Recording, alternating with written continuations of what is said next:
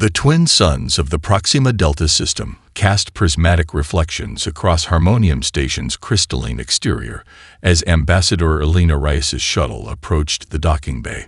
Through the viewport, the massive structure resembled a cathedral built from starlight, each facet engineered by a different member species of the Galactic Confederation.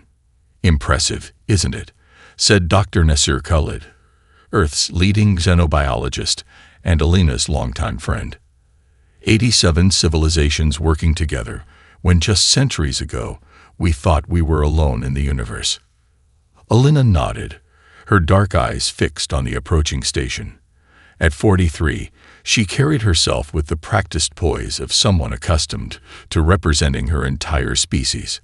Her silver-streaked black hair was pulled back in a severe bun, a style chosen specifically because multiple alien cultures associated it with wisdom. "Yet we're still seated at the children's table," she said quietly. 20 years in the Confederation, and they schedule our presentation last, after even the Mikari, who joined 3 cycles ago. Commander Jackson stood from his monitoring station, the subtle whir of his cybernetic eye, the only sound as it adjusted focus. "Perhaps being underestimated is advantageous, Ambassador." The military attache's implant glowed faintly blue as it scanned the approaching docking bay. "Security protocols have been modified since the briefing materials. Quantum shields are operating at triple standard capacity." "Expecting trouble?" Elena asked. Jackson's organic eye narrowed. "Someone is." The shuttle docked with a gentle shudder. As the delegation of 12 humans prepared to disembark, Elena caught Jackson slipping something to each security team member, small devices that disappeared into their formal attire. "Standard precaution," he murmured when he noticed her watching. The welcome atrium bustled with alien life, the bulbous Havarians floating on their gravity nullifiers, the crystalline Meridians whose bodies refracted light into communication patterns, the enigmatic Veil Collective representatives, their features constantly shifting beneath translucent membranes. Supreme Counselor Xylos of the Zoraxian Empire dominated the central platform, his scaled exoskeleton adorned with conquest medallions. The reptilian diplomat towered over most species, flanked by guards whose biomechanical enhancements were barely concealed beneath ceremonial armor. "Humanity graces us with their presence," Xylos announced, mandibles clicking in what Elena had learned was amusement. "We anticipate your insights on galactic trade optimization with the same enthusiasm we might await a Thurlian slugworm's opinion on quantum mechanics." Polite laughter rippled through the gathering. Elena smiled diplomatically. "We're grateful for the opportunity to learn from species who mastered faster-than-light travel while we were still perfecting indoor plumbing." Her self-deprecating humor earned appreciative clicks and hums from several delegations. She moved through the reception, engaging briefly with each major power's representatives. Her implanted translator managed most idioms, though the Meridian's light speech occasionally overwhelmed its processors. During a conversation with the Havarian Chancellor about Earth's planetary preservation initiatives, Elena noticed a Meridian diplomat reaching for a crystalline flute of what humans had nicknamed stellar champagne. Her enhanced olfactory implant, a classification-restricted modification, detected the subtle molecular signature before conscious thought registered it. "Perhaps not that one," she said, smoothly intercepting the drink. "I believe it contains trace elements of liquid methane, harmless to humans, but potentially reactive with your silicon-based cellular structure." The Meridian's crystal facets flashed in surprise, then gratitude. "Your sense of smell is remarkable for a carbon-based species," it communicated through light patterns. Elena shrugged. "Just lucky, I suppose." Across the room, she caught Commander Jackson watching, his expression unreadable but his cybernetic eye focused intently on 3 Zoraxian guards converging on a service entrance. Before she could signal them, a willowy figure materialized beside her. A veiled diplomat, its features swirling like fog beneath its translucent membrane. "Ambassador Reyes," it whispered in a voice like rustling leaves, "we must speak privately. Before tomorrow's session. They're counting on your restraint." Don't give it to them." The veil dissipated into the crowd as suddenly as it had appeared, leaving Elena with a cold knot forming in her stomach. The diplomatic pleasantries continued around her, but her focus had shifted entirely. Something was very wrong on Harmonium Station. The Grand Assembly Chamber hummed with tension as delegates from across the galaxy took their assigned positions. Elena noted several conspicuous absences. The entire Shandari delegation's platform stood empty, as did 3 minor species sections. When she mentioned this to a passing Coraxian diplomat, the fungi-based entity merely extruded nervous spores and hurried away. "Something's off," Jackson muttered, his cybernetic eye cycling through spectrum analyses. "Security drones are running encrypted protocols outside the standard Confederation parameters." Elena smoothed her formal diplomatic attire, midnight blue with the Earth insignia emblazoned in silver. "Keep our people alert but discreet. We don't want to appear paranoid." The chamber lights dimmed as Supreme Counselor Xylos took the central podium, his massive form resplendent in ceremonial battle armor. An unusual choice for a peace summit. "Distinguished delegates," the Zoraxian's voice boomed through translator fields. "Before we address scheduled matters, grave concerns have emerged requiring immediate attention." Holographic displays activated around the chamber, showing what appeared to be Elena and 2 human assistants accessing restricted laboratories on Harmonium's research level. "Impossible," Elena whispered. "We've never been near that section." The footage continued, showing human delegates extracting biological samples from various species' medical repositories. "Humanity," Xylos declared, mandibles spread wide in what Elena recognized as a dominance display, "has systematically violated Confederation biogenetic accords by harvesting genetic material from member species without consent." Murmurs rippled through the assembly as Elena stood to respond. "These accusations are fabricated. Earth categorically denies." The floor beneath the human delegation shuddered. Elena registered Jackson, tackling her to the ground an instant before a thunderous explosion ripped through the chamber's lower level. Through ringing ears, she heard screams in a dozen alien languages. "Breach protocols," Jackson shouted to the human security team, his right arm unfolding into a configuration distinctly non-diplomatic. "Ambassadors secure." Elena pushed herself up, disoriented, as the chamber descended into chaos. Through smoke and debris, she witnessed the emergence of armored figures from concealed panels throughout the room. Zoraxian death commandos, their exoskeletons enhanced with illegal combat augmentations. The massacre began with clinical precision. The Meridian High Counselor shattered into crystalline fragments under concentrated plasma fire. The Havarian delegation's gravity nullifiers were systematically disabled, leaving them helplessly pinned before execution.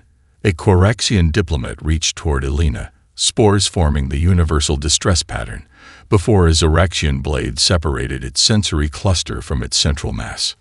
"This way." Jackson grabbed Elena, his cybernetic eye projecting a path through the carnage toward a maintenance access point.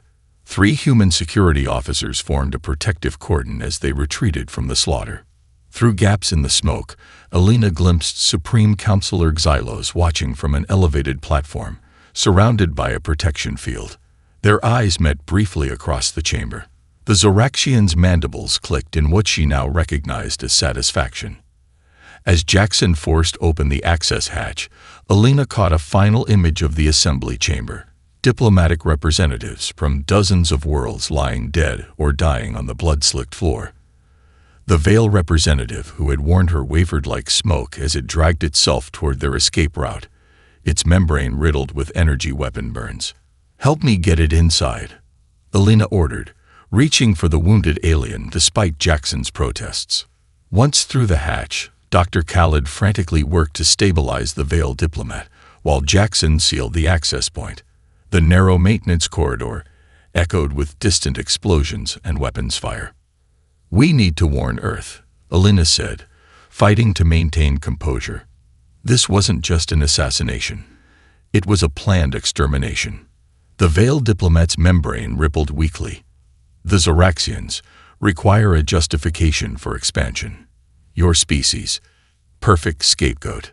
How many made it out? Elena asked Jackson. His organic eye held a grim expression as his implant scanned for life signs beyond their corridor. Not enough. The station's emergency broadcast system activated, projecting Xylos's voice throughout Harmonium. Attention all vessels. Human terrorists have massacred the Galactic Confederation's diplomatic corps. All ships are authorized to engage and destroy Earth vessels on site. The humans have chosen Annihilation. Elena's communications implant vibrated with an incoming priority signal. Harmonium's external sensors had detected multiple diplomatic vessels breaking formation, accelerating toward Earth. The maintenance corridors of Harmonium Station formed a labyrinthine network never meant for diplomatic personnel. Elena's group moved swiftly through narrow passages lit only by emergency lighting, the distant sounds of weapons fire, and alien screams following them like ghosts. "We need to reach the communication hub on level 47, Elena whispered, supporting the wounded veiled diplomat whose translucent form grew increasingly transparent. A bad sign, Dr. Khaled had explained. Jackson consulted the station schematic he downloaded to his implant. 3 security checkpoints between us and there, all likely under Zoraxian control now. The small band of survivors had grown by 2. A Coraxian medical officer named Sporbix who'd been trapped in a ventilation shaft during the initial attack, and a junior human aide who'd hidden beneath the bodies of her slain colleagues. Why frame humans specifically? Elena asked the veiled diplomat, whose name translated roughly as "whisper between stars." There are more technologically advanced species they could have chosen. Whisper's membrane rippled with effort. Predictability is safety in galactic politics. Your species, unpredictable, terrifying. That's ridiculous, Dr. Khaled scoffed. We've been model citizens since joining the Confederation. Too model, Whisper replied. Too accommodating. The elder species sensed the deception. Before Elena could press further, Jackson raised his hand sharply. His cybernetic eye pulsed with a rapid scanning pattern. "Motion sensors ahead," he whispered. And something else. The corridor temperature plummeted suddenly. Frost crystallized along the walls as shadows deepened at the junction ahead. "Void hunters," Whisper's voice trembled. "Zoraxian elite. They track by life force disruption." Jackson's arm reconfigured, panel sliding open to reveal technology no human diplomat should possess. "Ambassador, take the others through the sublevel access shaft. I'll handle this." "That's a Mark VI neural disruptor," Dr. Khaled hissed. "Those are banned throughout Confederation space. So is diplomatic genocide," Jackson replied flatly. "Go. Now." Elena hesitated only briefly before leading the others toward the access shaft.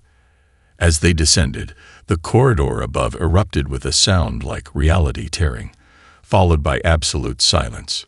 3 minutes later, Jackson rejoined them, his organic eye now bloodshot and his uniform torn, but otherwise unharmed. "The Zoraxians were thorough in their planning," he reported. "Station communication systems are locked down, and they're broadcasting falsified footage showing humans initiating the violence. We need evidence of what really happened," Elena said as they continued through the station's underbelly. They emerged into a drone maintenance bay where Sporbix interfaced with a service terminal, fungal filaments extending into data ports humans couldn't access. The station's sensor network recorded everything, the Coraxian reported, but data is being systematically purged from central storage. "Can you recover any of it?" Elena asked. "Fragments, distributed backup nodes still contain uncorrupted sequences." While Sporbix worked, Elena noticed Jackson examining a captured Zoraxian weapon, his expression darkening. "Something wrong?" she asked quietly.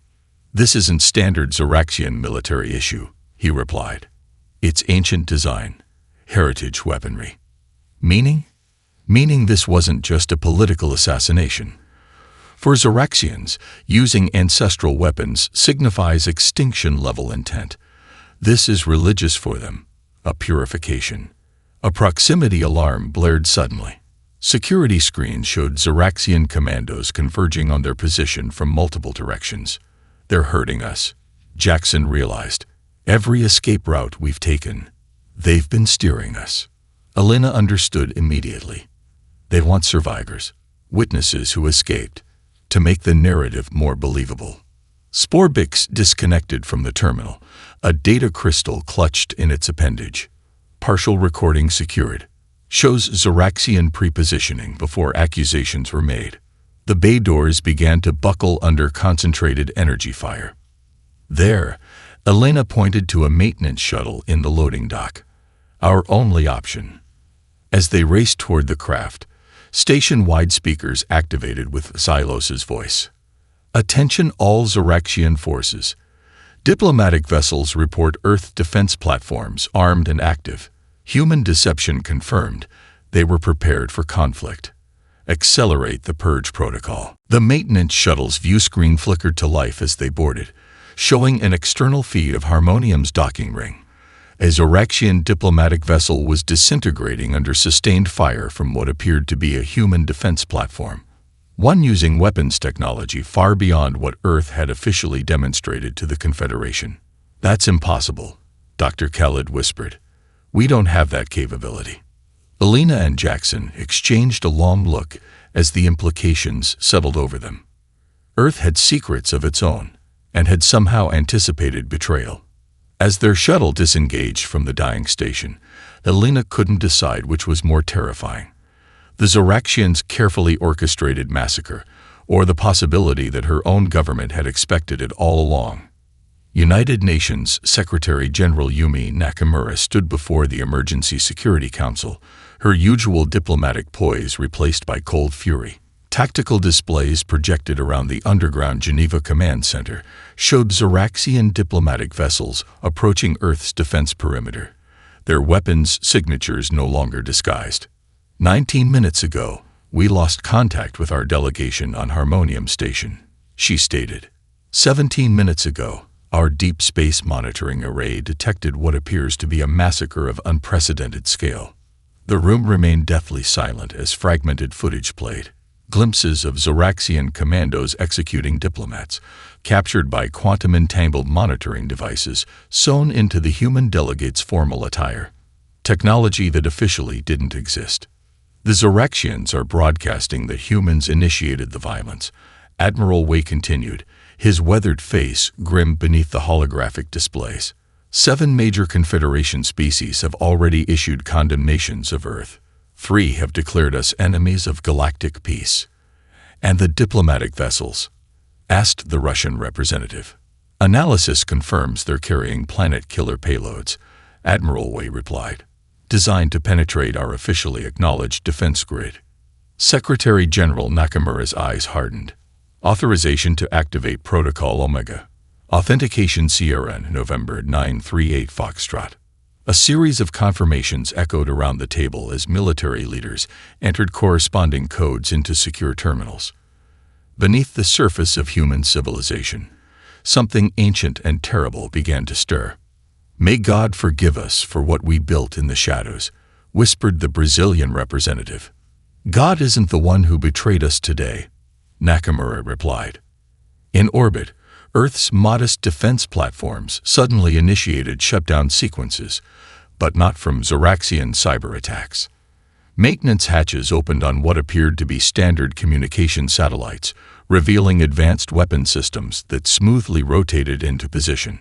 Across the solar system, hidden installations awoke. Within the churning atmosphere of Jupiter, massive structures rose from their concealment, shedding the specialized camouflage that had hidden them from Confederation observation. In the asteroid belt, what appeared to be mining operations reconfigured into shipyards, vessels of unusual design already launching from their berths. Most shocking of all, a section of the sun's corona suddenly wavered, revealing a massive installation built within a dimensional pocket, Earth's true fleet emerging like a sword from its scabbard. In homes and public spaces across Earth, civilians watched in confusion as emergency broadcasts interrupted regular programming. Many had only a passing understanding of galactic politics, the Confederation remaining a distant concept for those focused on daily life. Citizens of Earth, Secretary General Nakamura's face appeared on screens worldwide. Since first contact, we knew this day might come. We've prepared accordingly. The broadcast cut to live footage of the approaching Zoraxian vessels encountering Earth's true defenses, their shields failing against weapons they couldn't comprehend, their hulls breaking apart under forces that bent light around the points of impact. For 20 years, we presented a carefully crafted image to the galaxy, Nakamura continued. We downplayed our adaptability. We concealed our technological progress. We maintained the facade of the eager student while preparing for inevitable betrayal. In city squares around the world, people watched in stunned silence as vessels from every major human nation emerged from concealment. Chinese quantum displacement destroyers, American gravity lens carriers, the Euro-African Alliance's dimensional phasers, a unified defense force that outclassed anything Earth had publicly acknowledged. The species who came before us believed technological dominance was their birthright. Nakamura's voice hardened. They saw our homeworld as one to eventually be harvested or controlled. Today, they learn humanity's true lesson. We survived our own worst impulses. We unified despite our differences. We prepared while praying preparation would never be necessary. In orbit, the last Zoraxian diplomatic vessel disintegrated under concentrated fire. We wanted peace, she concluded. They have chosen annihilation. Far from Earth, Alina's stolen maintenance shuttle received the broadcast, the small group of survivors watching in stunned silence as their homeworld revealed its hidden strength. Did you know? Dr. Khaled asked Alina, his voice barely audible. She shook her head slowly, but Jackson's expression remained unreadable as Earth's true face was revealed to the galaxy and to most of its own citizens. For the first time. Proximity alert. 2 Zoraxian pursuit vessels, bearing 340. Alina gripped the shuttle's navigation console as their stolen craft shuddered under the strain of evasion maneuvers. The maintenance vessel had never been designed for combat situations, its shields already failing after a glancing hit from Zoraxian weapons. We can't outrun them, Jackson stated, his cybernetic eye rapidly calculating trajectories. And we're still 16 hours from the nearest emergency jump point. Their situation had deteriorated rapidly after fleeing Harmonium. The revelation of Earth's hidden military capabilities had triggered a cascade of hostilities throughout Confederation space. Former allies had withdrawn diplomatic channels, neutral territories had closed their borders, and Zoraxian propaganda portraying humans as treacherous warmongers played on every available frequency. The Shandari home system is only 3 light hours away, Alina suggested. They've always been sympathetic to humans. Dr. Khaled shook his head grimly. We intercepted transmissions an hour ago. The Shandari worlds are under Zoraxian protective occupation. They were the first target. Whisper between stars. The veiled diplomat, whose condition had stabilized thanks to Sporbix's medical intervention, rippled with distress. The Shandari would have detected the Zoraxian deception psychically. They had to be neutralized first. The shuttle rocked violently as another energy blast grazed their failing shields. Divert auxiliary power to the primary drive, Alina ordered. We need to reach that asteroid field ahead. Even if we make it there, we're just postponing the inevitable, Jackson replied, though his hands moved to comply. That field won't hide us for long. Alina studied the tactical display, desperation mounting. The evidence they carried of Zoraxian treachery was useless if they couldn't deliver it to someone with the authority to act on it. Each passing hour, more systems aligned against Earth based on the false narrative. As they entered the asteroid field, Jackson suddenly froze, his cybernetic eye flickering with unusual patterns. What is it? Alina asked. Quantum signature, he whispered. Not Zoraxian. Not anything I recognize. The asteroids ahead shimmered strangely, as though reality itself was folding. For a terrible moment, Alina feared they'd encountered something worse than their pursuers, perhaps one of the mythical elder races rumored to lurk beyond civilized space. Instead, a vessel materialized directly ahead, sleek, black, and distinctly human in design, despite incorporating technology Alina had never seen before. Its hull absorbed light rather than reflected it, creating a silhouette that seemed to bend perception around its edges. Maintenance Shuttle, Harlow 37. A woman's voice crackled through their communications system. This is Admiral Helena Reyes of the Earth vessel Phantom Dawn. Prepare for emergency tractor lock and extraction. Alina's breath caught in her throat. Helena Reyes. Fats. Your mother, Jackson finished quietly. Commander of the North American Phantom Fleet. Before Alina could process this revelation, their shuttle was enveloped in a prismatic energy field, drawing them rapidly toward the larger vessel's docking bay. Through the view screen, she glimpsed the Zoraxian pursuers emerging from the asteroid field, only to be met by smaller craft deploying from the Phantom Dawn's hull. Fighters that moved with impossible agility, their weapons cutting through Zoraxian shields as though they were tissue paper. The docking bay sealed around them as their shuttle settled onto the deck. When the airlock cycled open, a squad of soldiers in matte black combat suits secured the area before a tall woman with silver-streaked hair identical to Alina's stepped forward, removing her command helmet. Admiral Helena Reyes surveyed the ragged group of survivors with assessing eyes that softened only slightly when they reached her daughter. Ambassador, she said formally, though her voice carried an undercurrent of emotion. I'm relieved to find you alive. Alina stared at the mother she believed was a retired diplomatic security officer, a woman who had supposedly spent the last decade tending hydroponic gardens in Arizona. You have a lot to explain, Alina managed finally. Admiral Reyes nodded grimly. Yes, but first, we need that evidence. Earth stands alone, Ambassador, and the galaxy is mobilizing against us. The ship's alert system blared suddenly.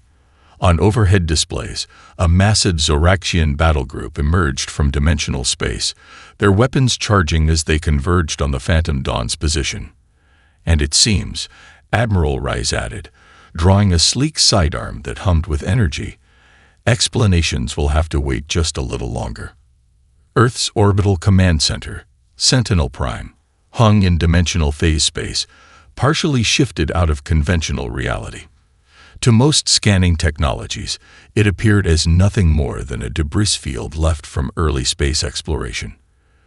Alina stood before the curved observation window, watching as representatives from the few species still willing to hear humanity's case arrived in vessels of various designs. 7. Admiral Reyes said, joining her daughter. 7 species out of 87 willing to even examine our evidence. The Phantom Dawn's desperate flight from the Zoraxian battle group had been Alina's first glimpse of humanity's true military capabilities. The vessel had performed maneuvers that defied conventional physics, slipping between dimensional boundaries in ways that left their pursuers firing at empty space. The meridians are the key, Alina replied, focusing on the crystal-hulled diplomatic vessel approaching the station. Their sensory abilities make them living lie detectors. If they validate our evidence, it won't be enough, Jackson interrupted, entering the observation deck. His cybernetic enhancements had been upgraded during their journey, his right arm now featuring integrated systems that barely maintained human appearance. The Zoraxians have attacked 17 systems in the past 30 hours. They're moving faster than our intelligence predicted. Alina turned to face her military attaché. A man she now understood had always been far more than he appeared. And how long have you been part of this? She gestured to the command center around them, bustling with personnel operating technology that contradicted everything she knew about Earth's development timeline. Since first contact, Jackson answered simply. Project Cassandra recruited me straight out of Special Forces. Our job was to prepare for the worst while hoping for the best. Admiral Reyes's communication implant chimed. The representatives are assembled in Chamber 1. As they walked through Sentinel Prime's corridors, Alina processed everything she learned about Earth's shadow preparations. After first contact, a coalition of Earth governments had quietly established contingency protocols, developing defensive and offensive capabilities, while publicly presenting a much more modest face to the galactic community. "We suspected something like this might happen," Admiral Rice explained. "The pattern was there in Confederation history. New species welcomed, gradually integrated, then either subjugated or eliminated once they became inconvenient." "You could have warned me," Alina said quietly. "Would you have been as effective an ambassador if you'd known?" her mother countered. "Your genuine belief in diplomatic solutions made you the perfect representative." The conference chamber fell silent as they entered. 7 species had sent delegates: the crystalline Meridians, a small contingent of telepathic Shandari refugees who'd escaped their homeworld's occupation; representatives from the insectoid Vrol consensus; aquatic Delphians; energy-based Luminarans; the fungal Coraxian collective; and most surprisingly, 3 members of the Veil. Ambassador Reyes. The Meridian delegate's crystalline form refracted light in formal greeting patterns. "We have reviewed your preliminary evidence. We are prepared to authenticate it with our sensory abilities." Alina nodded to Sporbix, who placed the data crystal recovered from Harmonium into the chamber's central projector. The horrific scenes played out in holographic detail. Zoraxian forces prepositioned before accusations were made, the systematic execution of diplomats, and Silos watching with satisfaction as the massacre unfolded. The Meridian's facets flashed rapidly as it absorbed the footage, its crystalline structure resonating at frequencies that registered truth or falsehood. "The evidence is authentic," it announced finally. "No manipulation detected." "The Shandari concur," added the telepathic refugees, their large eyes haunted by recent trauma. "We sense no deception from the humans." Whisper between stars drifted forward. The Veil recognized Zoraxian intentions before the summit. "We attempted to warn selective species, but our messages were intercepted." A holographic display activated in the chamber center, showing a galactic map with rapidly expanding Zoraxian-controlled territory. "Authentication doesn't matter now," the Luminaran representative pulsed with urgent light patterns. "The Zoraxians have seized control of 17 key systems, including the primary communication nexus. Their propaganda reaches all corners of the Confederation, while our counter-narrative remains isolated." Alina studied the strategic map, her diplomatic mind recognizing the pattern the Zoraxians had established. "They're following conventional conquest doctrine," she observed. "Secure communication hubs, isolate opposition, control the narrative. They expect us to target their military installations next." "As we should," Admiral Reyes argued. "Their fleet bases at Targus and Velos control this entire sector." "No," Alina countered, a plan forming. "They expect that approach because it's what any Confederation species would do. But we're not like the others." She turned to the assembled representatives. "We need to target their central communication nexus instead." The chamber erupted in objections. "Strategically unsound. Their military will overwhelm. Conventional doctrine requires." Alina raised her hand for silence. "They think they understand humanity based on what we've shown them. But they've never faced a species that evolved through thousands of years of conflict against ourselves. Humanity doesn't fight by your established rules, and that's exactly why we might win." Alina's unorthodox strategy had succeeded beyond even the most optimistic projections. The strike against the Zoraxian communication nexus, executed by a combined fleet of human stealth vessels and Luminaran energy ships, had thrown the enemy's command structure into disarray. Without their propaganda network, the truth about the diplomatic massacre spread rapidly through Confederation space, fracturing the Zoraxian alliance. But victory had come at a terrible cost. Standing on the observation deck of the Coalition flagship Defiant, Alina surveyed the aftermath of their latest engagement. The Tarvos system burned. Quantum plague weapons, forbidden by every civilized convention, had been the Zoraxians' desperate response to Coalition advances. 3 habitable worlds reduced to seething masses of corrupted matter, billions of lives extinguished in minutes. "We recovered what we could," Admiral Rice reported, her uniform scorched and torn from a narrow escape during the evacuation attempt. 17,000 survivors from Tarvos Prime. None from the outer colonies. Alina's fists clenched involuntarily. They violated every principle of warfare. This goes beyond conquest. It's extinction-level barbarism. "The Coalition representatives are assembled in the war room," Jackson said, entering the observation deck. His transformation had accelerated after exposure to the quantum plate during rescue operations. More machine than man now. His remaining organic eye glowed with barely contained fury. Metal components integrated seamlessly with what remained of his human form, his voice carrying a slight mechanical resonance. "They're demanding we deploy the Grey Swarm," he added. Alina closed her eyes briefly. 2 weeks into the conflict, and already they were considering weapons that would horrify most of humanity if they knew they existed. "You opposed this development from the beginning," Admiral Rice reminded her daughter. "But after Tarvos, even the Meridians support deployment." "Because they don't fully understand what it is," Alina replied. "Self-replicating nanites that consume military technology. That's how it starts. But technological discrimination isn't binary. The Grey Swarm could evolve beyond its programming, target civilian infrastructure, medical equipment, environmental systems. Our containment protocols," Jackson began, "are theoretical." Alina cut him off. "We've never deployed this weapon outside controlled conditions." The ship's alert system pulsed with an emergency broadcast. On the main display, a Zoraxian transmission materialized. Supreme Counselor Xylos, his scaled form regal despite the evident damage to his command center.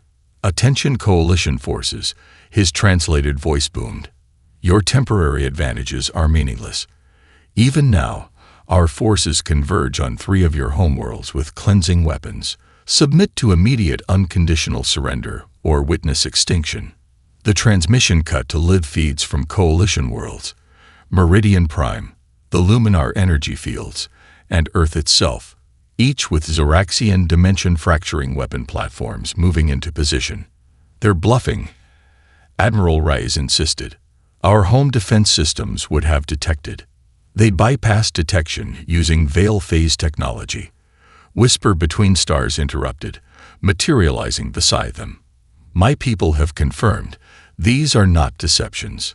Silence fell over the observation deck as the implications sank in. Billions more lives hanging in the balance. "How long?" Alina asked quietly. 17 minutes until optimal firing position," Jackson's cybernetic systems calculated. "Our nearest forces are 30 minutes away at maximum dimensional shift."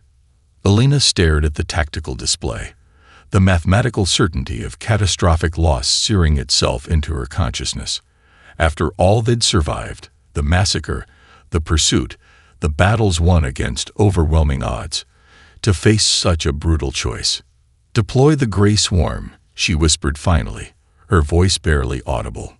Admiral Rice placed a hand on her daughter's shoulder. "Alina."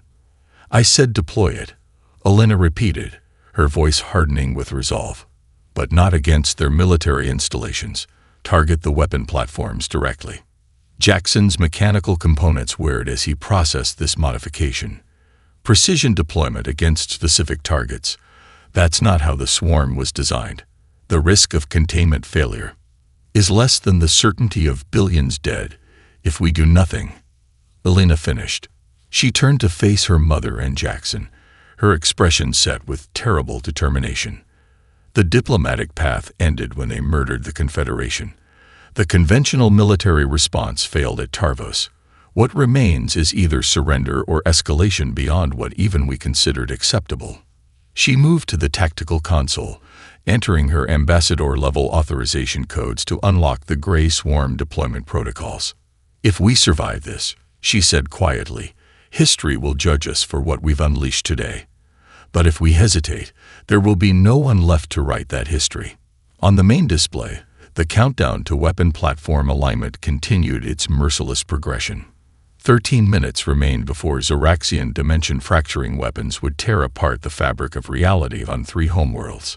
The Grey Swarm deployment vessels, Sleek black ships carrying canisters of microscopic destructions shifted into launch position as Elena completed the authorization sequence. "May whatever gods exist forgive us," she whispered as she pressed the final confirmation. The Gray Swarm had saved billions of lives and changed warfare forever. From her position on the Coalition flagship's bridge, Elena watched tactical displays as the microscopic machines consumed the Zoraxian weapon platforms with terrifying efficiency. The intelligent nanites had spread like metallic viruses, breaking down advanced technology into component atoms while leaving organic matter untouched. "Dimensional fracture weapons neutralized," Jackson reported, his voice now a synthetic blend of human and machine. Enemy fleet assets in all three systems reduced to 78% ineffectiveness. But victory had come with complications. On certain worlds, the swarm had begun to evolve beyond its programming parameters, developing variations that targeted infrastructure previously classified as non-military. "Containment Protocol Alpha is failing on Zoraxian Outpost Theta 9, Admiral Rice noted grimly. "The swarm is developing cross-species compatibility, adapting to different technological architectures." "We knew the risks," Elena replied, though the weight of responsibility pressed down on her with each report of the swarm's evolution. "Activate the kill codes." Across affected systems, emergency beacons began broadcasting shutdown sequences designed to deactivate the Gray Swarm. Most nanite clusters responded as programmed, breaking down into inert matter, but not all. "We have partial resistance in 3 sectors," Jackson announced. Estimated 17% of swarm units continuing operations despite termination signals. Elena exchanged a look with her mother. The unspoken truth hung between them. They had released something into the galaxy it might never be fully contained. "The Zoraxian leadership has retreated to Apex Prime," Whisper Between Stars reported, its translucent form rippling with urgency. "Their throne world defenses have been activated, reality warping shields that not even your Gray Swarm can penetrate." Strategic displays showed the Zoraxian core world surrounded by defense systems that bent space-time itself, creating impenetrable bubbles of altered physics. "They're transmitting on all frequencies," a communications officer announced. Supreme Counselor Xylos appeared on the main view screen, his scaled form now adorned with ceremonial death markings, the Zoraxian equivalent of a suicide warrior's final declaration. "You have revealed yourselves as the abomination we always suspected," Xylos hissed. "Our sacred archives warned of species who walk the middle path, neither fully biological nor technological. Creatures of dangerous balance who refuse the purity of singular evolution." Elena stepped forward. "This war ends now. Xylos, your forces are in retreat across 17 systems. The Confederation knows the truth about Harmonium." "Truth?" Xylos's mandibles clicked with genuine amusement. "You understand nothing, human. This conflict was ordained millions of years ago, when the progenitors seeded this galaxy with life. Some were meant to ascend, others to serve, and some," his multifaceted eyes fixed on Elena, "some were meant to be erased before they could upset the ordained balance." The transmission widened to reveal a massive structure behind Xylos, an ancient device of clearly non-Zoraxian design, pulsing with energies that distorted the visual feed. "The archive eye whispers to us from the deep past," Xylos continued. "It showed us what humanity would become if left unchecked. This was never about territory or resources. It was about cosmic order." Elena felt cold realization wash over her. "They've been manipulated," she whispered.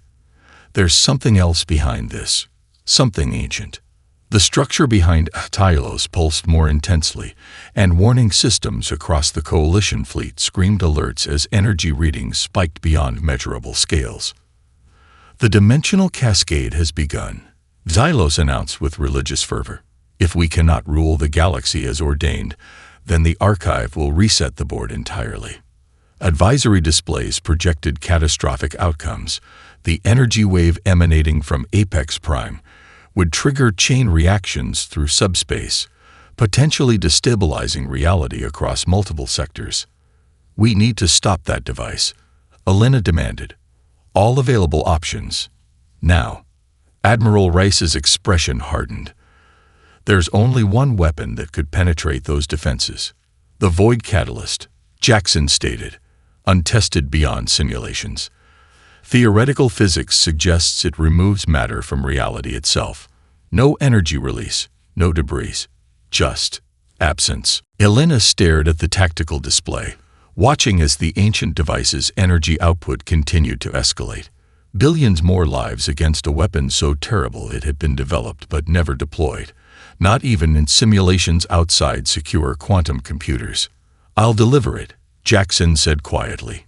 "My cybernetic systems can interface directly with the guidance mechanisms." "Jackson," Elena began. "I'm already dying," he interrupted, his remaining organic eye meeting hers. "The quantum plague exposure at Tarvos corrupted my biological components beyond repair. This is the optimal solution." Before anyone could object, he moved to the tactical station, his mechanical components interfacing directly with the ship's systems. "Void Catalyst armed," he reported as his consciousness transferred into the weapon's delivery system. "Target locked on Apex Prime's central citadel." Elena watched helplessly as the sleek black missile launched from the flagship's primary bay, its surface seeming to bend light around it. Jackson's consciousness, now distributed through the weapon's guidance systems, piloted it through the chaos of Zoraxian defenses. On the tactical display, the Void Catalyst penetrated Apex Prime's reality warping shields, not by breaking through them, but by temporarily existing in a different dimensional phase. Impact in 3, 2, 1. Admiral Rice counted down. The view screen showed a perfect sphere of absolute nothingness expanding from Apex Prime's central citadel. Not an explosion, not destruction, but the complete absence of matter and energy. The ancient device, Supreme Counselor Glylos, and the core of Zoraxian leadership simply ceased to exist, leaving a perfect void that expanded precisely to the citadel's boundaries before stabilizing. As quickly as it had begun, the dimensional cascade energy readings fell to zero. The threat ended not with apocalyptic devastation, but with surgical precision. The war was over.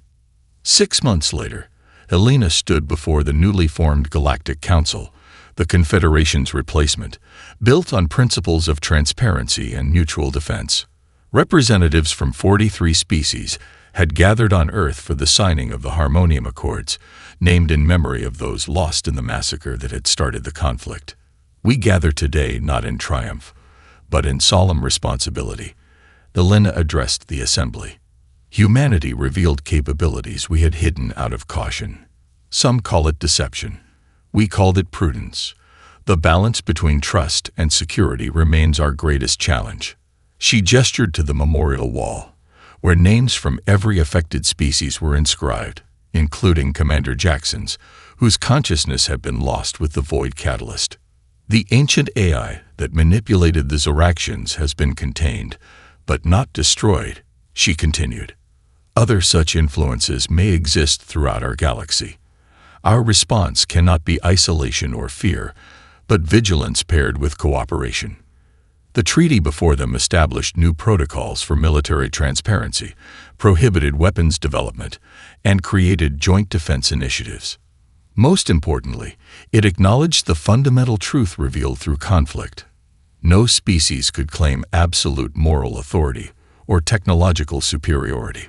As Elena completed the signing ceremony, she noticed a familiar rippling form at the chamber's edge. Whisper Between Stars, now the Veil Collective's permanent ambassador. "You were right at the beginning," Elena told the enigmatic being as the formal proceedings concluded. "They counted on our restraint." "And in the end," Whisper replied, "it was your restraint that saved us all. The Void Catalyst could have consumed the entire planet. Instead, you chose precision over annihilation, even after all you had suffered." Elena gazed out at the gathering of species who had been enemies and were now cautious allies. That's the paradox the Zoraxians never understood about humanity. We prepare for the worst violence imaginable, while always hoping to find another way. Through the chamber's crystalline dome, Earth shone blue and green against the blackness of space, a world that had revealed its teeth to the galaxy, yet now offered its hand in peace. A fragile beginning, Alina thought, but a beginning nonetheless.